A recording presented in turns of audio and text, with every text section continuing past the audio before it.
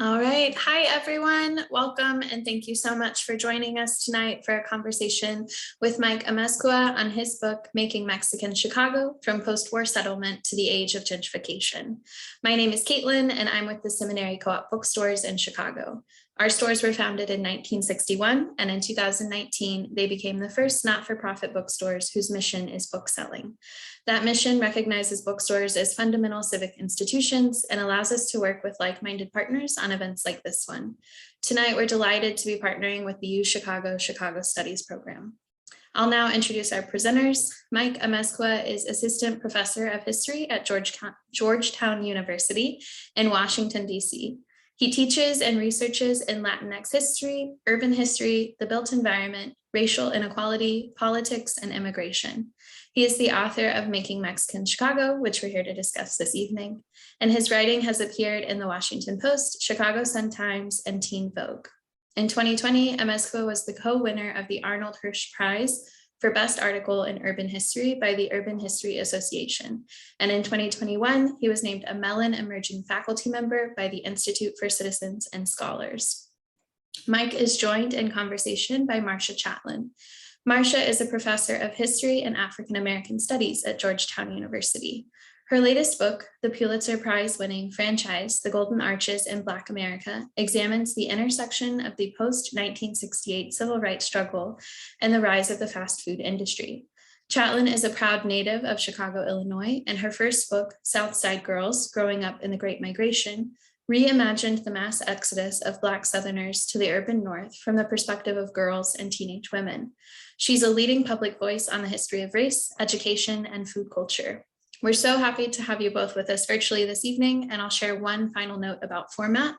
There will be time for audience Q&A at the end of the program, so please make sure to use the Q&A function, which you'll find at the bottom part of the screen. And with that, I will turn things over to Mike and Marcia. Thank you so much, Caitlin. And this is so exciting to talk about one of my favorite books about Chicago with an incredible historian and within the context of the Seminary Co-op, which is such an important institution, not only for Chicago readers, but writers about the city of Chicago, and the University of Chicago Studies collaborative partner for this event really brings together, I think, some of our strongest institutions. Hi, Mike, how are you? I'm doing good, Marcia. How are you? Good.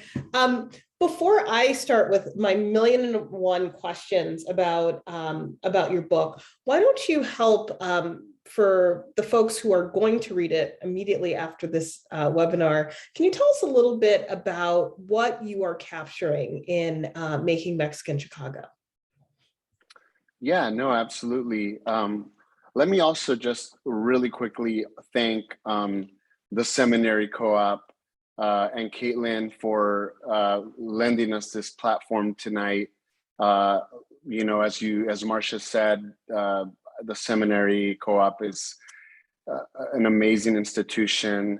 You know, I have very many fond memories of walking in there just to explore and look at books and learn about the current scholarship in my fields. And so I'm very grateful for the space, and also to Chicago Studies, which just sounds like an amazing department. And, you know, it's just saying that phrase is music to my ears. So thank you. And of course, to my colleague and dear friend, Marcia Chatelain, for doing this, which is, it's always a real delight to talk to you about this and your own work. And so I'm very grateful to you for hosting and being my interlocutor today. Yeah, I think, you know, for folks that are, you know, thinking about picking this book up or you know, asking themselves what's it all about, I think that at its core, the book is about how people navigated big processes, things that we, you know, call disinvestment, urban renewal, exclusionary capitalism, and market restrictions, and how communities were forged by these people who debated words like gentrification and when unpack those words, right? What do they mean? What does it mean when your neighborhood, which you have invested in for many years, has new types of top-down investment by faceless and nameless entities. And so the book is about how those members of communities forged actual community and carved spaces of refuge in Chicago during the second half of the 20th century. I think fundamentally that is at the very core of the story itself. And so you take us through the process of community and neighborhood formation by looking at the ways that Mexican laborers came to Chicago, as well as the tensions between groups of people who are discerning whether or not this was going to be home, right? For many people that you write about, it's not clear that Chicago is necessarily a destination, but rather a vehicle for labor, for making money, for being able to support families in Mexico. So I want to hear from you, from your perspective, how this story is informed by the long tradition of scholars of Chicago looking at immigration, and how it's also informed by the racial disparities among the US immigration system, especially in the 20th century. Yeah, so my book really builds off of generations of scholarship that have looked at Latinx urban communities, but in particular in the Midwest and in Chicago, who have actually historicized the kind of labor context for Mexican migration. There are, of course, numerous classic works on Mexican laborers going to Chicago, and that story really begins in the 19 teens. I think what separates my book is that I pick it up maybe a generation later, by the start of World War II. And by then, Mexican communities have already been in Chicago for quite some time. They've settled and set roots down, and in many ways have decided to stay, which was different from prior waves of migration, in which Mexican immigrants were recruited to work in the railroad or in steel factories or in the meat packing factories, with the intention that they would make some money and then return to Mexico. In fact, my own great-grandparents did that. They moved in the 20s to South Chicago, where my grandmother was born, but later were repatriated during the Great Depression. Although I was influenced by those studies and, of course, my own personal history, I really wanted to look at how Mexican Americans viewed the longevity of their own communities and argued for the future of their communities. And that brings us to the story of urban renewal. And in the book, readers will find that Mexican Americans and Mexican immigrants were confronted with urban renewal in all sorts of ways, and of course participated initially in planning for improved housing, improved city infrastructures, but then, of course, like many communities of color in Chicago, were displaced. Their homes were bulldozed, and they were really segregated and ghettoized into spaces that were not part of urban renewal themselves, right? So I think that one of the big takeaways of my book will be for readers to see how, after that displacement, Mexican immigrants and Mexican Americans tried to make do in communities that were already redlined and disinvested, and experiencing white flight. And so I think that that's kind of the heart of where my book really gets at, is finding that kind of longevity for the communities themselves, and really making Chicago a home, and really people that would have called themselves Mexican Chicagoans primarily. And one of the things that happens as you tell the story of this generation is that they are confined by a number of factors. And, one of the things that your book really points out are the various strategies that people enact in order to deal with these pressures. And one of them is about capital. It's about business owning. It's about owning property. And it's a story not just of people kind of, who are kind of crushed under the weight of these systems. This is also about how people engage systems for either their own personal benefit or for the greater good. And so can you tell us a little bit about the person we meet in the beginning of the story, Anita Villarreal? Mm-hmm. Yeah, no, you're right about the stories about communities engaging capital and systems of capitalism, right? It's not just a story that is about being on the receiving end of oppression and displacement, but it's also a story of agency. And one of the key figures of my book was a woman by the name of Anita Villarreal, who was a real estate agent, a civic leader as well, and somebody that became a very successful businesswoman in Little Village. But prior to that success, she herself was targeted by the US authorities, was arrested for being involved in really what was considered just a kind of a network of recruiting Mexican immigrants into Chicago, something that had been happening for years prior to Anita's involvement.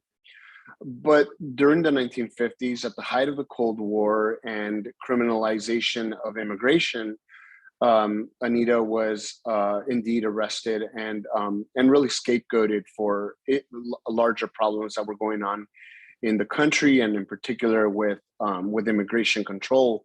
But yeah, she ends up really seizing that displacement moment for in the aftermath of urban renewal, and looking to her own people to find housing for, right? So these communities that we often think of as beacons of Mexicanidad, right? Pilsen, Little Village. These neighborhoods were ethnic white, right? They were Eastern European. They were settled by Czechs, before that Germans. And so folks like Anita and other people in her generational cohort had to wheel and deal. They had to buy properties that nobody wanted to buy. They had to then sell properties to people that were doubtful about living in those communities. And in a process, she opens up South Lawndale. At a time when South Lawndale was very anxious about Black settlement, and even about its proximity to North Lawndale, and so members of that community changed the name to rebrand it into something that was not affiliated with North Lawndale, and to call it Little Village. To reflect the wishes of a lot of the Bohemian Americans that lived in Little Village. But I think that, yeah, this is definitely not just a story about being railroaded, but also about grabbing on to those to that railroad and trying to make a profit out of these communities for sure. For people who have studied some of the classic texts of Chicago, Negro Family in Chicago, the making, why am I blinking? This is what happens. Making the Second Ghetto. Making the Second Ghetto. There are these books about Chicago that introduce how communities are interacting with very specific institutions. And I want to just go back a little bit to the stockyards and to the kind of industrial centers of Chicago that I think for too long have been written as a story of ethnic whites then being replaced by Black migrants during Great Migration.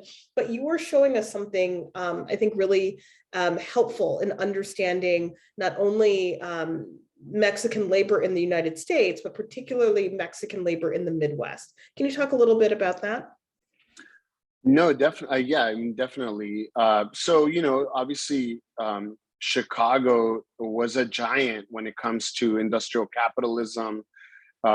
These industries like meatpacking and the stockyards and steel plants, and then of course the very intricate railroad network that connected the United States. Like Black migrants coming from the South, and as well as European Americans or immigrants from Europe, Latinos moved through these spaces. They labored in these sites.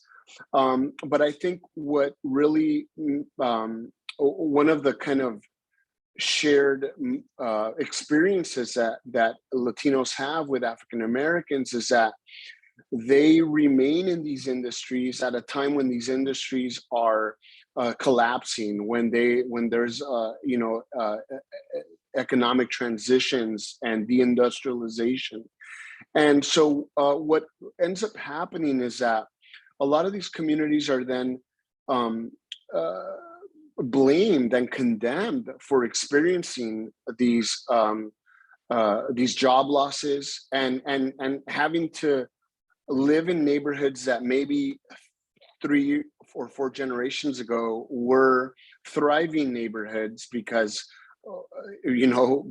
there was industry and there were jobs. But in the 1950s and 60s, a neighborhood like the Back of the Yards was undergoing a lot of hardships, and it was indeed a very impoverished community.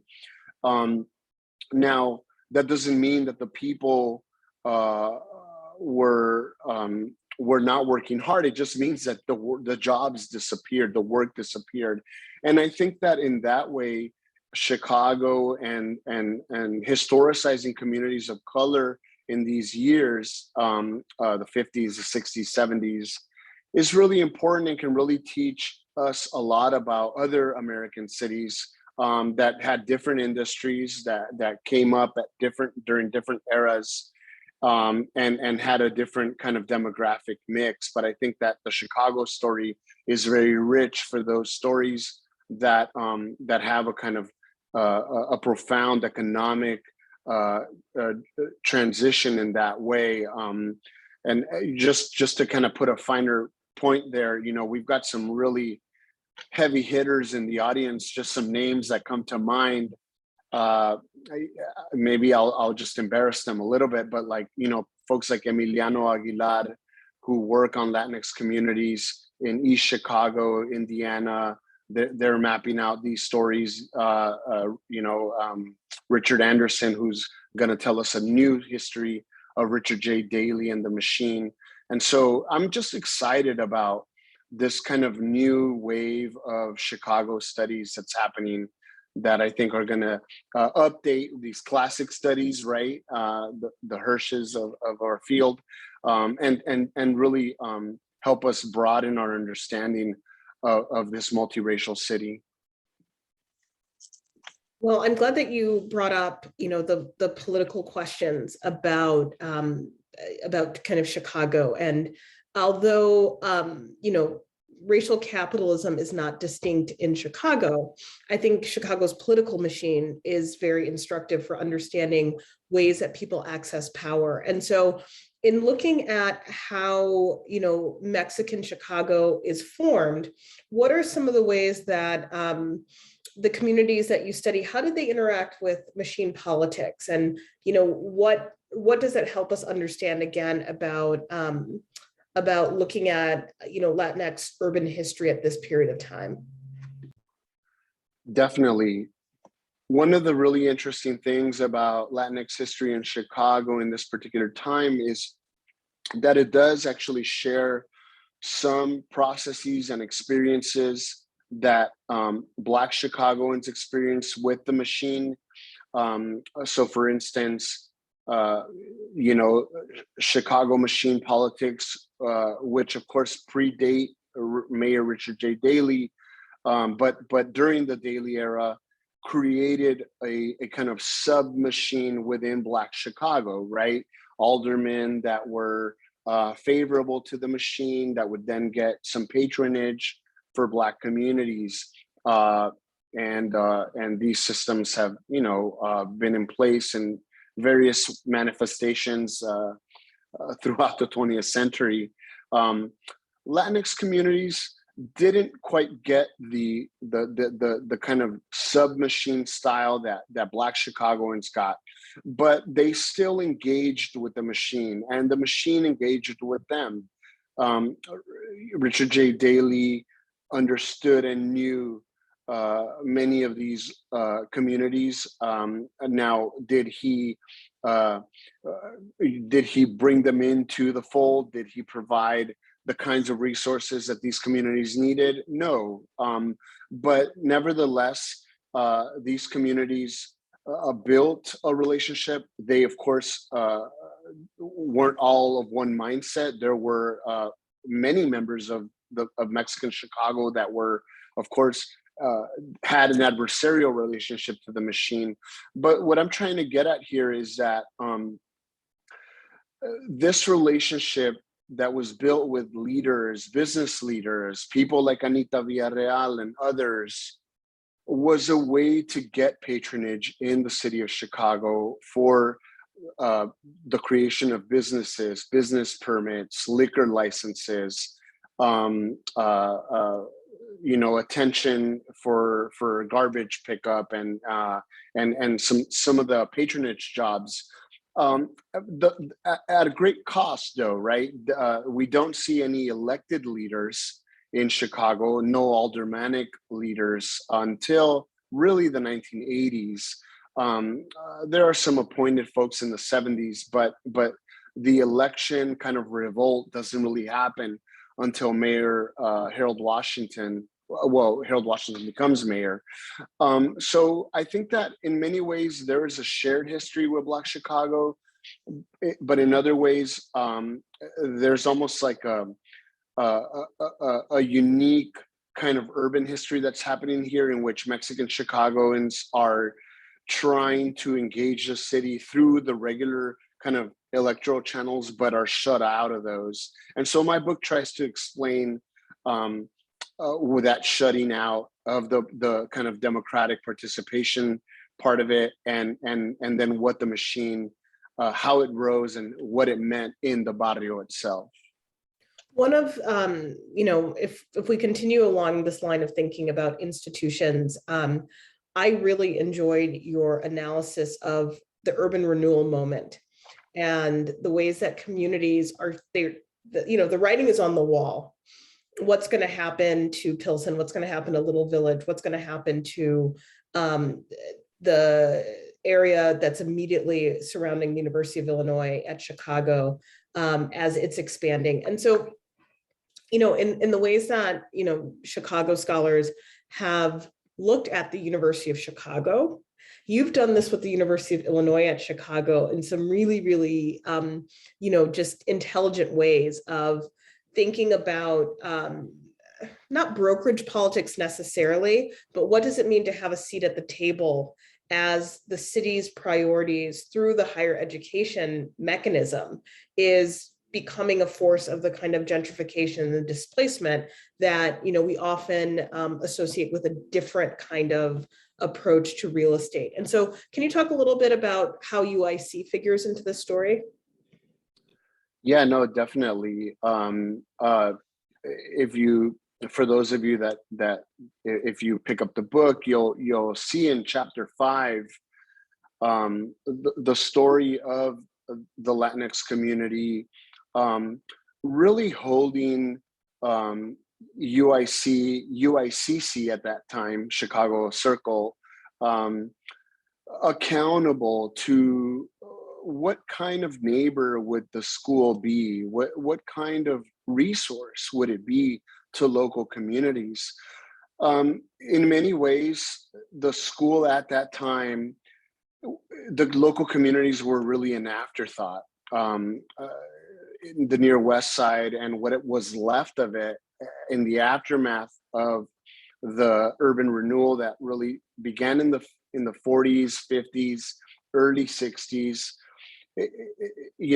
As the school began to be built, it didn't really think about the Black and Brown communities that had been displaced or that remained. We have to remember that many members of these communities remained amidst the rubble of the near West Side as the university was growing and expanding. So I outline in detail how local Latino organizations demanded answers from the university as to what kind of neighbor would it be, and would it actually enroll and recruit Latinx students, right? The school eventually tries to answer that.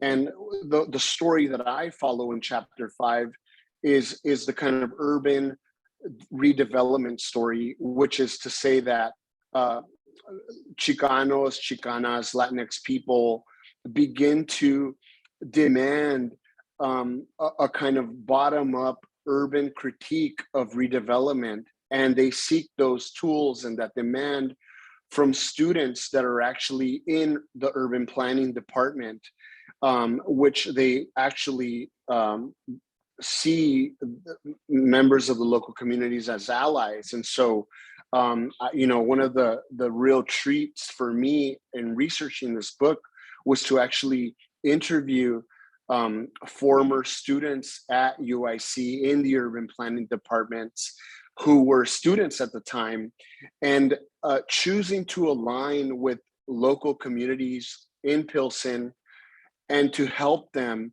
in drafting maps and kind of counter maps to the city planning department so that they can fight off redevelopment schemes. We have to remember that Chicago in the 1960s and 70s, and in particular its planning department,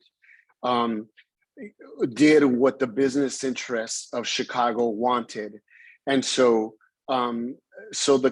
members in Pilsen, community activists, turned to the expertise of students at UIC to help them fight off redevelopment schemes and speculators. It's really an amazing story. One of the kind of, issues that you take up also in thinking about not only, people trying to accumulate capital, but the movement of capital, so the movement of jobs, the movement of centers of power.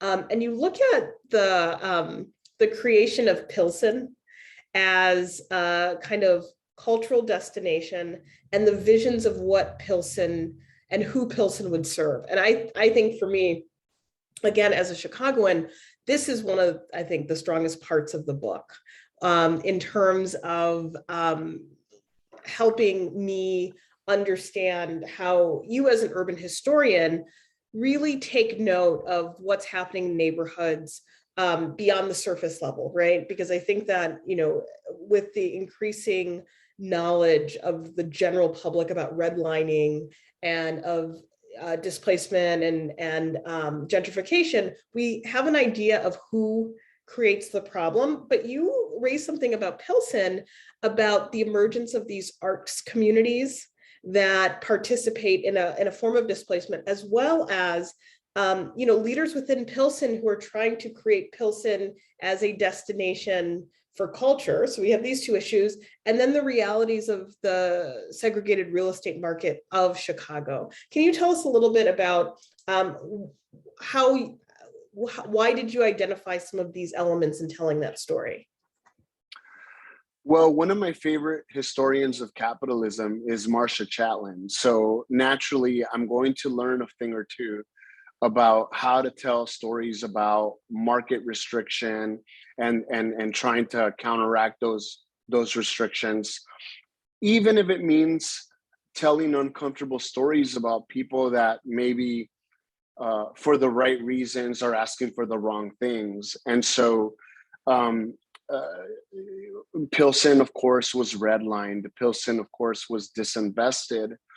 And people that lived in Pilsen were often market restricted, meaning, of course, that they don't have access to capital.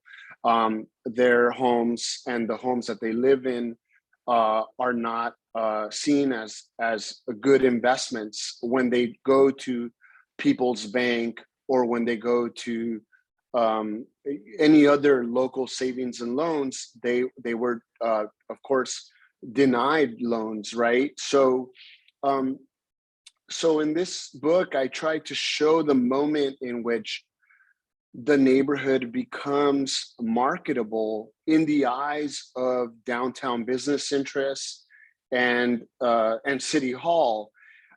How did I know that? Well, because the Department of Urban Renewal studies Pilsen in the 1960s. It's part of the data that they then use to formulate the Chicago 21 plan, which was this massive master plan to redevelop all of the loop and the super loop to kind of create a super loop of expensive condos and luxury housing and shopping and things that would have displaced a lot of people, and in fact did displace a lot of people. But you asked about the community within Pilsen that was actually saying, hey, like we actually can learn a thing or two from this. And yeah, I mean, there were many community debates and divisions within Pilsen at the time in the 1970s, in which and in the 1980s when there's a segment of the community in Pilsen that is completely on the defensive to say we need to stop anybody from kind of churning a deindustrialized building into some kind of artist loft. We're being displaced by artists, white collar professionals, yuppies, and so we need to do what we can to stop this. There was another segment of the community that said we need to learn from the kind of tourist branding that's happening in Chinatown, the kind of architectural motifs that tell an outsider, hey, you're in a different neighborhood. This neighborhood is friendly. You can come and eat here.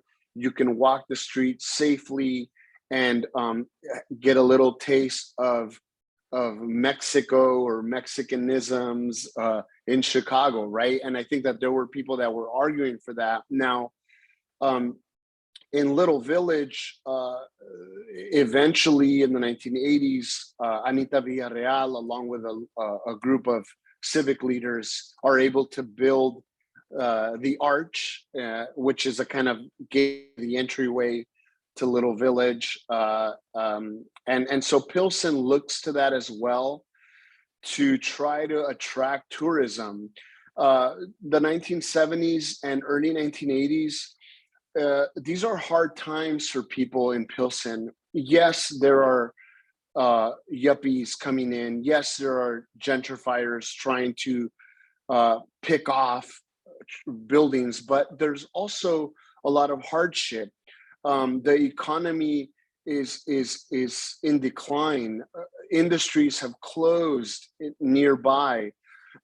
People are unemployed. The unemployment rate is really like in the high 20s in terms of percentages. So So it's understandable that there was a segment in the community that would have wanted to bring in capital and tourist dollars into the neighborhood.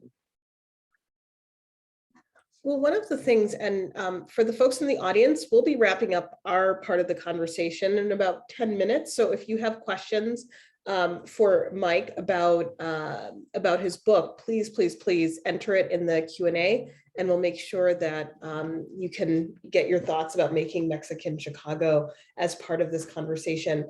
I want us to return a little bit to something that you had talked about with Harold Washington's election, because I think that this is another point in your book where the specificity of the place and the communities and the machine are so important, right? Like this will not happen in any other city but Chicago in this way. And you talk about the real, I don't know if precarious is the right word, but you know, the narrative of the 2008 election as Barack Obama's emergence from Chicago, kind of on, you know, a giant puffy cloud of racial solidarity, you know, is something that I think for those of us who remember both periods, it would be very easy to project that into the past, right? It wasn't just about Black voters, it was about a coalition. It was about picking up the pieces of, you know, the Rainbow Coalition sensibility of Chicago and bringing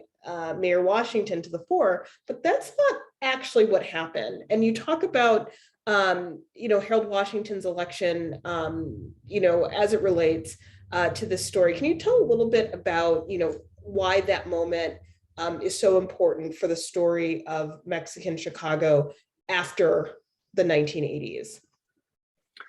Yeah, you know, there's a lot of great work on the Harold Washington movement and moment, and for folks that lived through it or kind of connected to Obama's election in 2008 as like, you know, that next place where that was enabled by the Washington election. I wasn't seeing that really in the archive and in the interviews I was conducting. That's not to discount, of course, the kind of huge watershed moment that it was to elect a Black mayor to a city like Chicago, with all of its segregation and racial strife and just long history of racial inequality. But I just couldn't add to that story, or if I was going to add to it, I needed to come at it from a different angle, because I really wanted to get at what did folks like Anita Villarreal, what did they do during the Washington era, or how did they respond to the candidacy of Harold Washington? And this really got me to exploring where was Mexican Chicago on this, really? Where was Pilsen, Little Village, back of the yards? And what I learned in my research is that given the long history that I try to show with the machine and with Richard J. Daley, that there was a sense of obligation to supporting Rich M. Daley. And some people have asked me, well, is there a little bit of kind of anti-Blackness here in the Latino community? And in many ways, there was some anti-Blackness going on. In other ways, there was simply a decision based on resources and outcomes. What can I get by supporting this newcomer?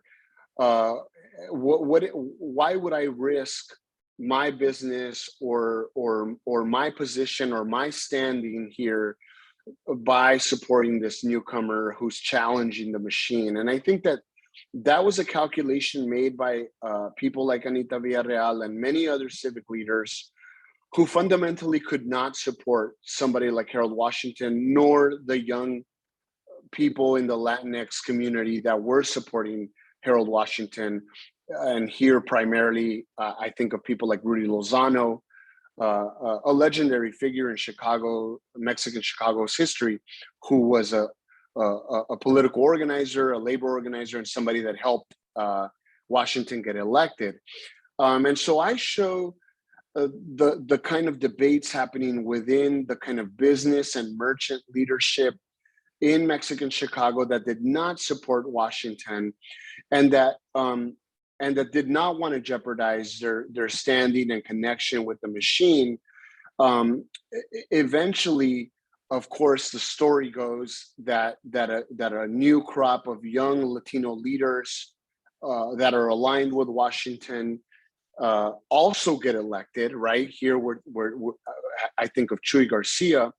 Now, Anita Villarreal, she sees that momentum and she tries to stop it. She runs against Chuy for committeemen of the 22nd Ward, and really tries to actually maintain the kind of status quo that existed prior to 1983. Of course, this was very unpopular in Mexican Chicago in terms of, by this time, you've got people in Mexican Chicago of all political stripes. But I think one of the takeaways from my book really is to show that even for those people that did support Washington in the communities, it was very risky, and it was really putting your neck out, because a lot of people, they weren't buying in to the message that Washington was delivering. Now, he only had a few short years in office, unfortunately, but in those few short years, he actually did make inroads in the kind of redevelopment that would have been much more equitable for these communities. He puts people in the Department of Urban Planning that actually care about keeping communities inside their neighborhoods, not pushing them out. And so the outcome, was the outcome in terms of the election of Washington was positive in those respects. But I tried to show that messy history before that really shows the opposition in the barrio to Harold Washington.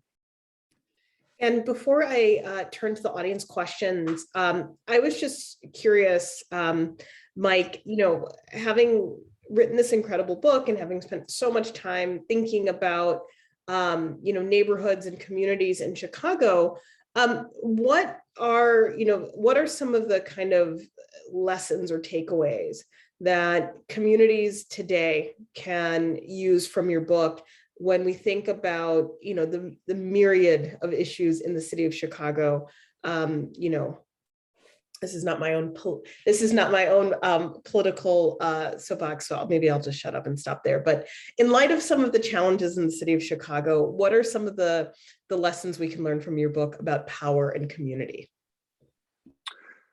I think the best lesson I can provide is, of course, just a history lesson, stories of the past. And when I see some of the in the press, some of the kind of back and forth between Latinx leaders and Black leaders in the struggle over gerrymandering, I want to raise my hand and scream and say, this fight has happened before. We should be asking bigger questions about why these communities keep fighting for a very slim slice of the pie when there's more pie out there, and there's a bigger fight out there for more resources. We just need to ask bigger questions. I think when it comes to gentrification and community displacement, I mean, if you read the book, you'll see that within the community, there was already division around what it meant to value Mexican neighborhoods. And that value was argued about a lot. Members of the community felt like that word value alone was a dangerous word, and that we ought not to talk about Pilsen in that particular way. members of other members, mentioned that it would be good if actually our homes were valued, say, by the city in ways that they value, more affluent neighborhoods. And so I think that a lot of the debates that are happening now have been happening before. And so I would pay attention to that and really, I don't want to add my own kind of like pedantic information and stuff, but really I think that capitalism, it's not your friend. And so I think that be weary of the kind of money that comes into neighborhoods, and ask questions about where that money is coming from and what it's supposed to do and for who. So I would kind of leave it at that. Yeah. What an excellent note to end on. Beware of capitalism. Okay, so I am going to our questions, which you can still enter your questions in the Q&A feature on the webinar. The first one is a personal question. You alluded to it a little bit before, but your connection to Chicago. Do you want to talk a little bit more about your family and where do you think the best pizza in the city is? Oh man, that's gonna get me in It's trouble. controversial. I know that's good. It's that's so controversial. The capital. I will divulge, but it's, yeah, boy, it's a controversial one. So yeah, thank you for the question, Joe. My roots. So I'm from Los Angeles, California. I was born and raised there, but my connection to Chicago. My great grandparents moved from Michoacan to Chicago. They were recruited, my great grandfather, to work in the railroad in South Chicago. He was part of thousands of Mexican immigrants from Michoacan, from Guanajuato, from Jalisco that came to Chicago in the 1920s. My grandmother, Ofelia, was born in Chicago, but during the Great Depression, at the height of it, Mexicans were scapegoated for the ills of the economy and the mess up in Wall Street. And so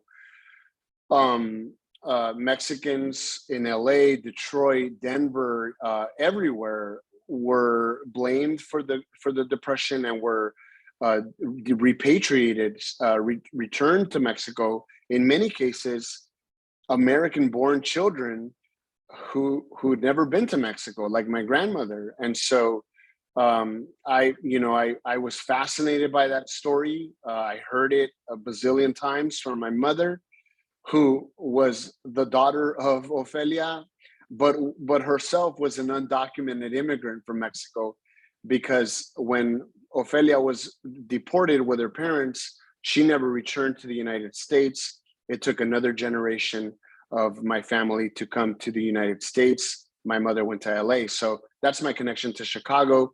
But it's one that, of course, I hold dear to my heart, and really did shape my dissertation and later this book. So thank you for that question. Oh, and pizza, my favorite pizza. There's a lot of great pizza in Chicago, obviously. I love Pequod's up on Clybourne. It's delicious. So, all right. Well, battle lines have been drawn. The next question is about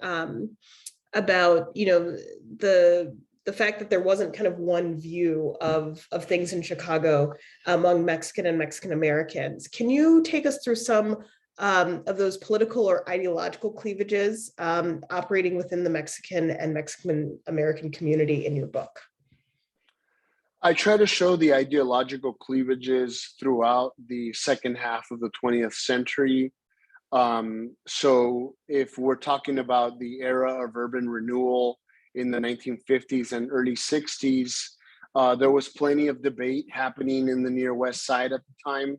There were people who well, let me explain.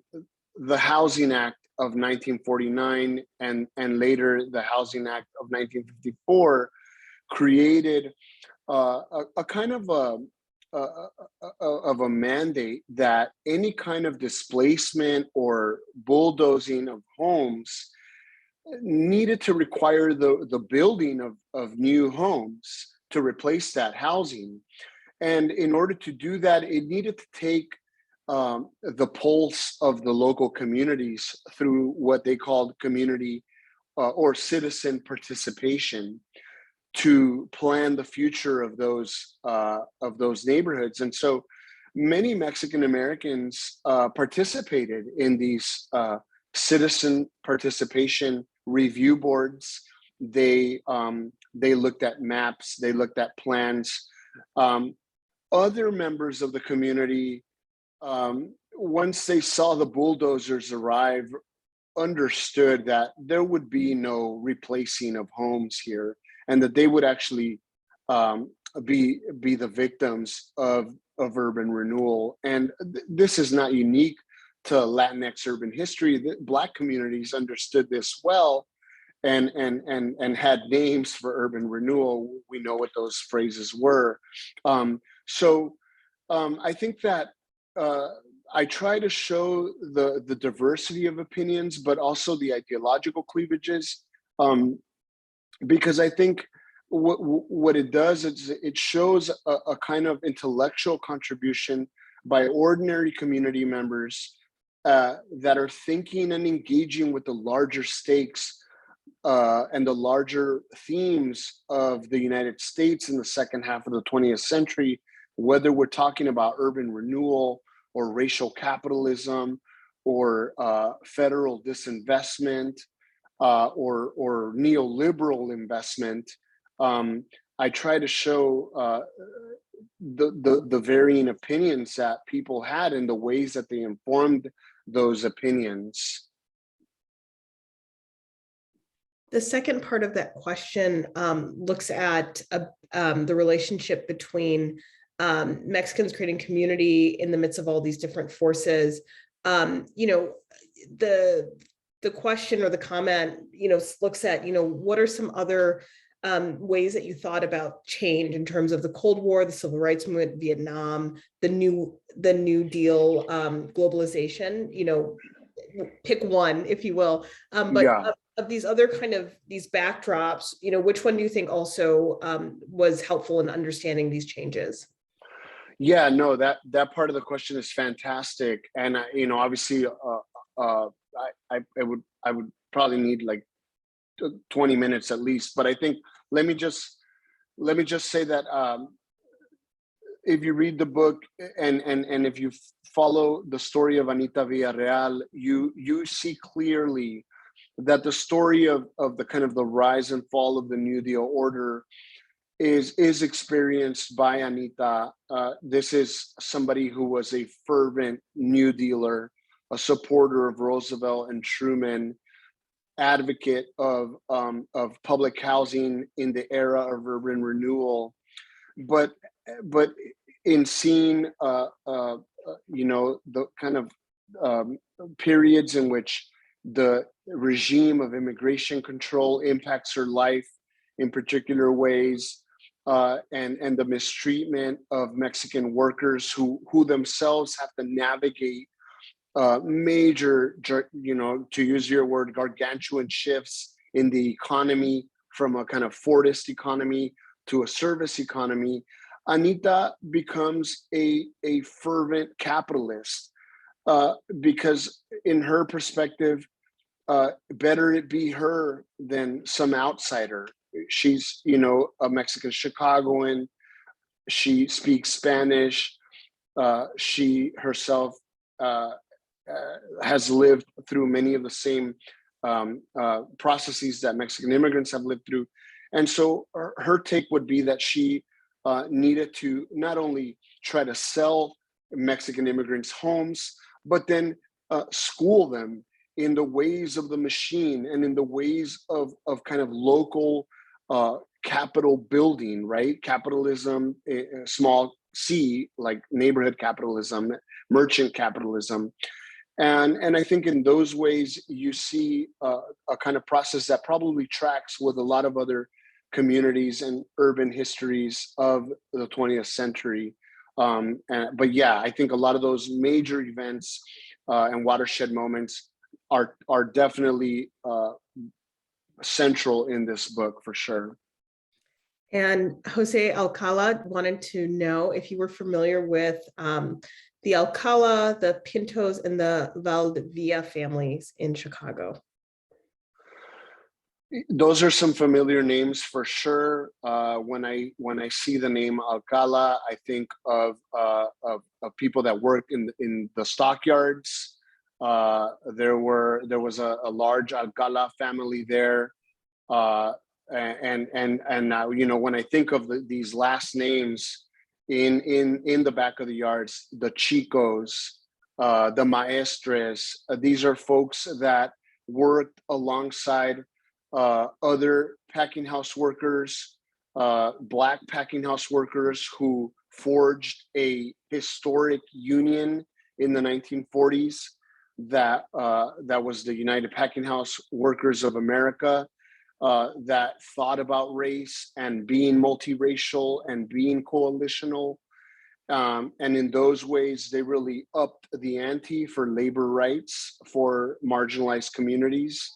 But yeah, I definitely, those are some names that do ring a bell for sure. And tonight's final question is, how do we get more people talking about, writing about the Mexican history of Chicago after they've purchased and read your book? That was my aside. As a school teacher in Chicago, I'd love to have texts I could use with middle school. I greatly appreciate your work and enjoyed reading the book. I also agree. How do we make sure that this history is as accessible to folks who are, you know, in a college classroom, as well as to young people growing up in this city and places all over the country? Thank you, Minerva, for that question. It's a really important one. And if I were a school teacher, I would ask that question too. I would want to know how to translate historical scholarship in ways that can be an accessible curriculum to teachers in middle schools and high schools. How do we do that? I think that, you know, there's already a lot of programming that's going on.